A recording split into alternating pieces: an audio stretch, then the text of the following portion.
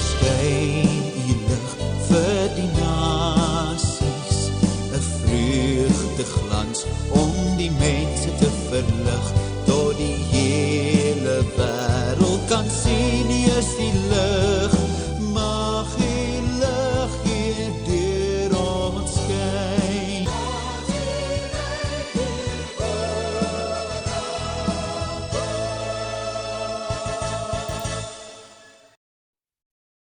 My kosbare broeder en suster, een van die redes waarom mense nie die vrymoedigheid het om die evangelie te verkondig, is omdat hulle in totale onkunde is rondom die inhoud van die evangelie. Hulle weet nie wat om vir die mense te sê nie. En dis eintlik hartseer. Een van die redes dan ook is omdat mense baie keer nie weet waar om te begin. Uit watter hoek moet ek werk? Waarmee begin ek? Wat sê ek vir mense? Moet ek met hulle praat oor God se liefde, oor sy genade, oor redding, oor bekering, oor die wedergeboorte, oor verlossing, vergifnis, bevryding? Moet ek met hulle praat oor die hel of die oordeele?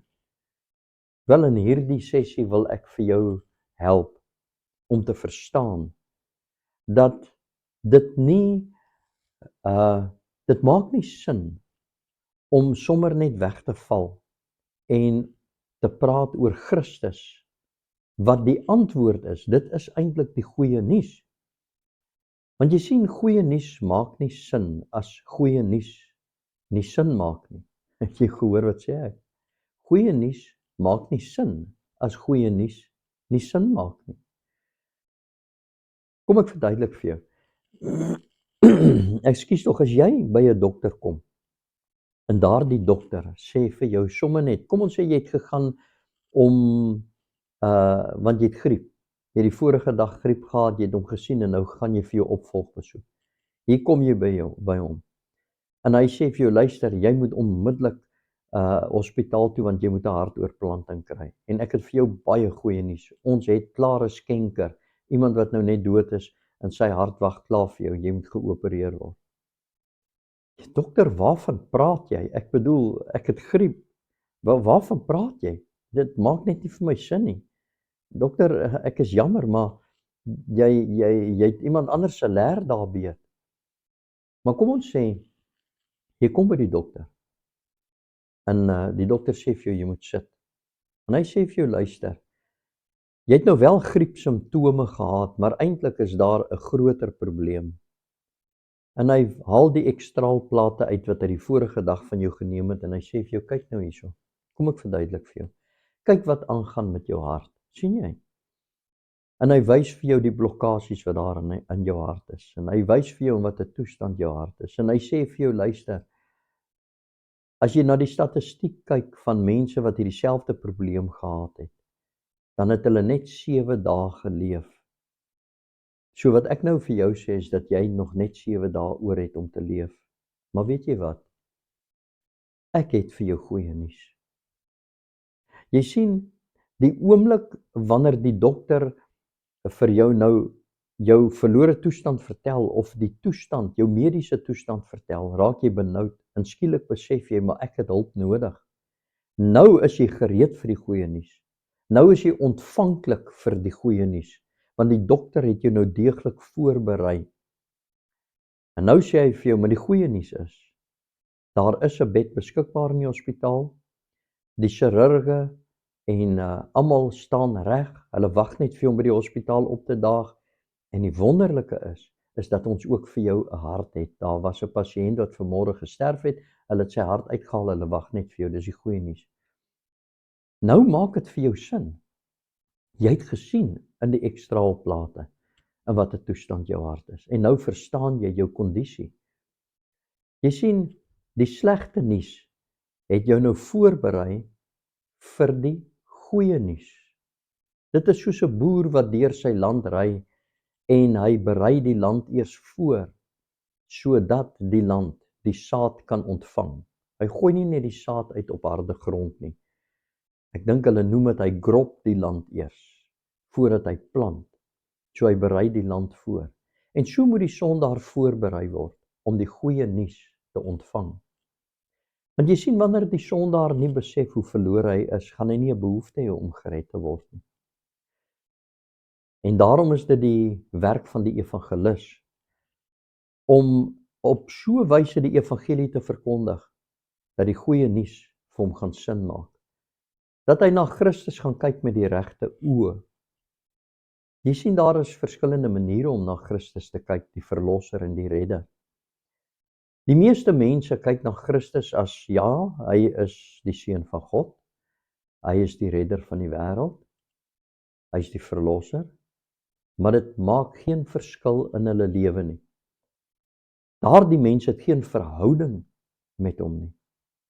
Maar dit is wanneer mense by 'n punt van verlorenheid gekom het, waar die Heilige Gees hulle oortuig het van hulle verlore toestand, dat hulle skielik 'n behoefte ontwikkel het en 'n begeerte en 'n dringendheid in hulle hart ervaar het om nou in 'n verhouding met Christus te staan, om hom aan te neem as verlosser en saligmaker. Jy sien, dit is wanneer mense by 'n punt kom wat hulle besef hulle is verlore, wat hulle skielik na Christus kyk met ander oë. En dit is wanneer hulle na hom kyk met ander oë, dat hulle na hom uitroep en sê, Here, red my. En dit is van daar af dat hulle dan in 'n verhouding met hom staan. En daarom is dit, sê ek weer, ons as evangeliste se werk om Christus so voor die mense af te skilder en vir hulle eerstens hulle harte voor te berei. En dan Christus voor hulle af te skilder, sodat hulle hom sal aanvaar en aanneem vir wie hy regtig is. Miskien kan ek in die hand van 'n getuienis vir jou hierdie ding probeer oopbreek. Iets wat met myself gebeur het toe ek maar nog baie jonk was. Ek dink ek was 11 of 12. Toe het 'n vriend, ek en 'n vriend wat baie lief was vir visvang, het ons afgegaan na Durban se hawe toe. En ons het daar gekom en ons het daar op die kaai gestaan en daar langs die kaai was daar 'n vlot vasgemaak. Nou 'n vlot is basies maar 'n drom met 'n paar planke op.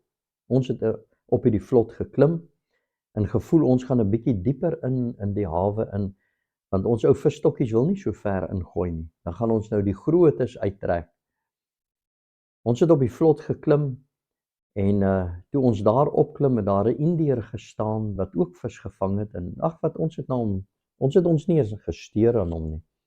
Ons het geen begeerte na hom gehad of om in 'n verhouding met hom te staan of hy was maar net nog 'n visserman. En so het ons op die vlot geklim. En daar was 'n ou plankie gewees op die vlot. Daai plankie was seker maar net so breed gewees. En ons het nou probeer om uit te vaar bietjie dieper die hawe in, maar wat die ou plankie het ook maar nie veel gehelp nie.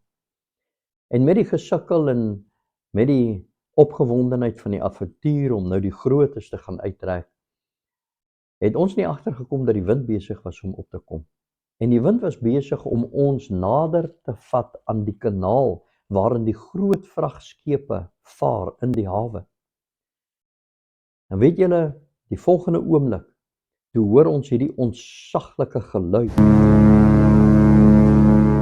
Dit was die geweldige groot toeter van 'n vragskip wat besig is om in die kanaal afgevaar te kom. En hierdie vragskip was besig om op te vaar en ons was besig om deur die wind in die pad van hierdie groot vragskip gedryf te word. Ons lewe was in gevaar, ons lewe was bedreig. Op daardie stadium was ons totaal verlore want ons kon onsself nie help nie. Daai ou plankie waarmee ons geroei het, kon ons nie uit ons probleem, uit ons dilemma uitgehelp het nie. Maar weet jy, daar op die kaai het daai Indiër man gestaan en alles aanskou. Gesien hierdie twee kinders se lewe wat in gevaar is. Maar hy het 'n plan gehad. Hy het onmiddellik gedink aan 'n plan. Hy katrol sy aas toe in en hy vat sy visstok en hy gooi daai aas na ons toe. En weet julle, wonder bo wonder, soos God se genade dit wou hê, val daardie aas op die vlot Ons kon dit omtrent nie glo nie. En ons kon die aas en die vislyn daar vasgemaak het op die vlot, en so het daar die Indiër vir ons toe na veiligheid ingekatrol. Nou weet jy, toe ons op die vlot geklim het ons na daardie Indiër gekyk, en ons het ons nie eers gesteer aan hom nie. Ons het na hom gekyk deur die oë van, hy's 'n vreemdeling vir ons. Hy's 'n Indiër, hy's 'n visserman. En dis dit. Maar toe ons in 'n verlore toestand verkeer, en hy op die kaai staan, toe kyk ons met ander oë na hom, want ons het besef, hy is ons enigste hoop om nou gered te word, sodat ons nie verpletter sal word deur hierdie groot vragskip. En ons het met ander oë na hom gekyk. Ons was te dankbaar. Toe skielik, toe wil ons hê, hy moet aandag aan ons gee. Toe skielik wil ons sy aandag trek. Weet julle, wat wonderlik is dat ons het nie 2 keer gedink om sy plan van redding ons plan te maak nie. Jy sien, sy plan was om sy aas te gooi, dat dit bo op die vlot moet val. Nou kyk, ons was baie ver van hom af. Ons was maklik, ek dink seker 50, 60 meter van hom af. Dit was bitter ver. En dat daardie stuk aas op daai vlot geval het, was God se genade gewees. Maar sy plan was om die aas vir ons te gooi. En wat ons moes gedoen het, as ons gered wou wees, is om sy plan ons plan te maak. Maar jy sien, wat die verskil gemaak het in ons verhouding met die Indiër, teenoor wat dit was toe ons op die vlot geklim het, is die feit dat ons agtergekom het, ons is verlore. En so werk dit ook in die sondaar. Die sondaar sal na Christus kyk as net die seun van God, die verlosser, die redder, en ja, wat? Maar dit is by daardie punt waar die sondaar agterkom hoe verlore hy is, wanneer die Heilige Gees die sondaar oortuig hoe verlore hy is. Dit is op daardie punt waar die sondaar met ander oë kyk na Christus. Dit is by daardie punt waar die sondaar na Christus toe vlug om gered te word. En daarom is dit jou en my werk om die sondaar voor te berei, sodat hy na Christus toe wil vlug, sodat hy Christus sal sien as sy enigste hoop om gered te word. My vriend, en daarom wil ek vir jou sê, die beste plek waar 'n mens kan wees, is om die voorbeeld van die apostels te volg, en dit is om te begin by die oordeele van God en die hel, om met sondaars te praat oor hulle totale verlore toestand. Want wanneer hulle in hulle totale verlore toestand sit, en hulle is oortuig hulle gaan hel toe, dan maak die goeie nuus sin.